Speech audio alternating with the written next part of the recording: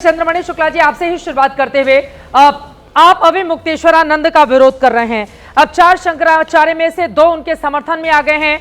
एक खुद अभी मुक्तेश्वरानंद का विवाद इस समय कोर्ट में है और एक का भी बयान सामने नहीं आया है। इस आधार पर तो उनका पलड़ा भारी नजर आता है। क्यों आप लोगों को लग रहा है कि वो जिद पर अड़े हुए हैं? वो तो चाहते हैं संत का, शंकराचार्य का सम्मान हो। आज बताइए, वसंत पंचमी के दिन एक धर्मगुरु अगर वहां पर स्नान नहीं कर पा रहा है तो क्या हम सब के लिए शर्मिंदगी का विषय नहीं है? देखिए, शंकराचार्य जी के विरोध में नहीं है हम। हाँ। शंकराचार्य जी के जो आचरण है उसके विरोध पे हैं। शंकराचार्य का ये आचरण हो ही नहीं सकता जो घमंड में बैठ करके माघ मेले को बर्बाद कर दे।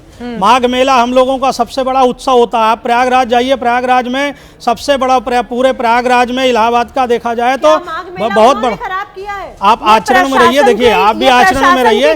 डिबेट की मर्यादा में रहिए, डिबेट की मर्यादा में रहिए। डिबेट जो है एक लोगों के बीच में हमारे हम बात बोल लें उसके बाद आप बोलिए। कुंभ मेले में जो हजारों लाखों लोगों को डिबेट की मर्यादा में रहिए। या तो आप ही बोल लीजिए या तो मुझे बोलने दीजिए, या तो मुझे ही बोलने दीजिए या आप ही बोल लीजिए। कैसे कह सकते हैं? ये तो नहीं, ठीक है। ये संत समाज में जब बंटवारा होगा तो सनातन का नुकसान होगा। बिल्कुल। मुझे नहीं लग रहा है कि संत समाज के लोगों को ये बात समझ में आ रही है।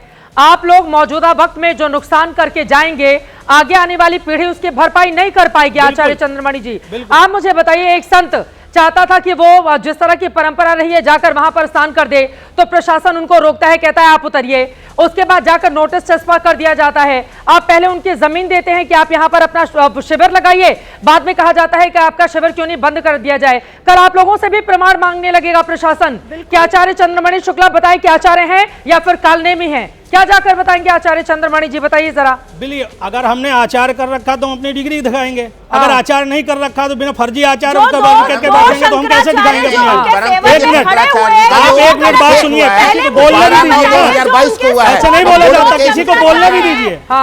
किसी को बोलने का मौका भी दिया जाता है, ऐसा नहीं किया जाता। बोलने का मौका। संत के लक्षण क्या होते हैं? पहले संत के लक्षण। आप उनके समर्थन में हैं, आप ही संत के लक्षण में नहीं है। महाराज सुनो, आप अपने बिल्कुल किसी के परम पूज्य मुक्तेश्वरानंद जी का हो चुका है। सुनिए उसके बाद एक बात नहीं होगा। पहले आप शंकराचार्य मानते हैं, पहले बोलने शंकराचार्य नहीं है। अरे आप किसी को बोलने का प्रयास नहीं, बोलने का समय नहीं दे रहे हैं आप। गलत नहीं बोलेंगे। ध्यान तृतीयो न भवामि राजन के नास्ति मूर्खो बदकारणम तद। 2 के बीच में तीसरा बोलने वाला मूर्ख खुद होता है। आप किसी को बोलने का अवसर तो दीजिए कम से कम। ऐसा मत करिए। संत का लक्षण क्या होता है पहले ये बताइए। संत किसे कहते हैं? संत किसे कहते हैं ये बताइए। संत का लक्षण क्या है ये बताइए। संत आपको याद आया? संत किसे कहते हैं ये बताइए। संत किसे कहते हैं यही आप ही बता दीजिए। बताइए संत किसे कहते हैं? संत किसे कहते हैं? अरे ब्राह्मण है, आप ब्राह्मण है। ब्राह्मण की चोटी खींची गई। क्या कर रहे हैं? शासन क्या कर रहा है? ब्राह्मण क्या कर रहा है? चोटी खींची गई, लात मारा जाए। शासन को चाहिए, पुलिस का क्षमा मांगना चाहिए, पुलिस का क्षमा मांगना चाहिए, क्षमा मांगना चाहिए। ब्राह्मण क्षमा मांगता तो शायद ये सारी स्थिति नहीं होती है। क्या बात करते हैं? पुलिस का आप सभी अगर पुलिस का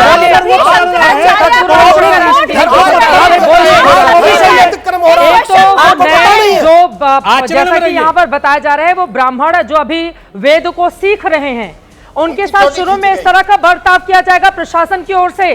वो प्रशासन वहां पर खड़ा किया गया है, संतों का सम्मान हो ताकि सही तरीके से जाकर लोग वहां पर स्नान ध्यान कर पाए।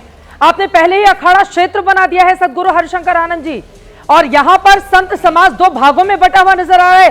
सिर्फ एक स्नान को लेकर कितनी छोटी बात है ये, कितनी छोटी बात है जिस पर पूरा का पूरा संत समाज 2 भागों में बटा हुआ नजर आ रहा है। मेरा कहना था केवल प्रशासन जाता, माफी मांग लेता कि हमसे जो त्रुटि हुई है उसका बोलने का भी अवसर दीजिए। हाँ ठीक है, बोलिए बोलिए। राजेश राजी में आपके साथ बोलिए हरिशंकर आनंद, बोलिए।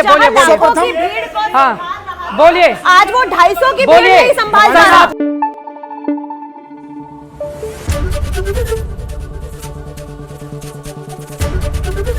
एबीपी न्यूज आपको रखे आगे।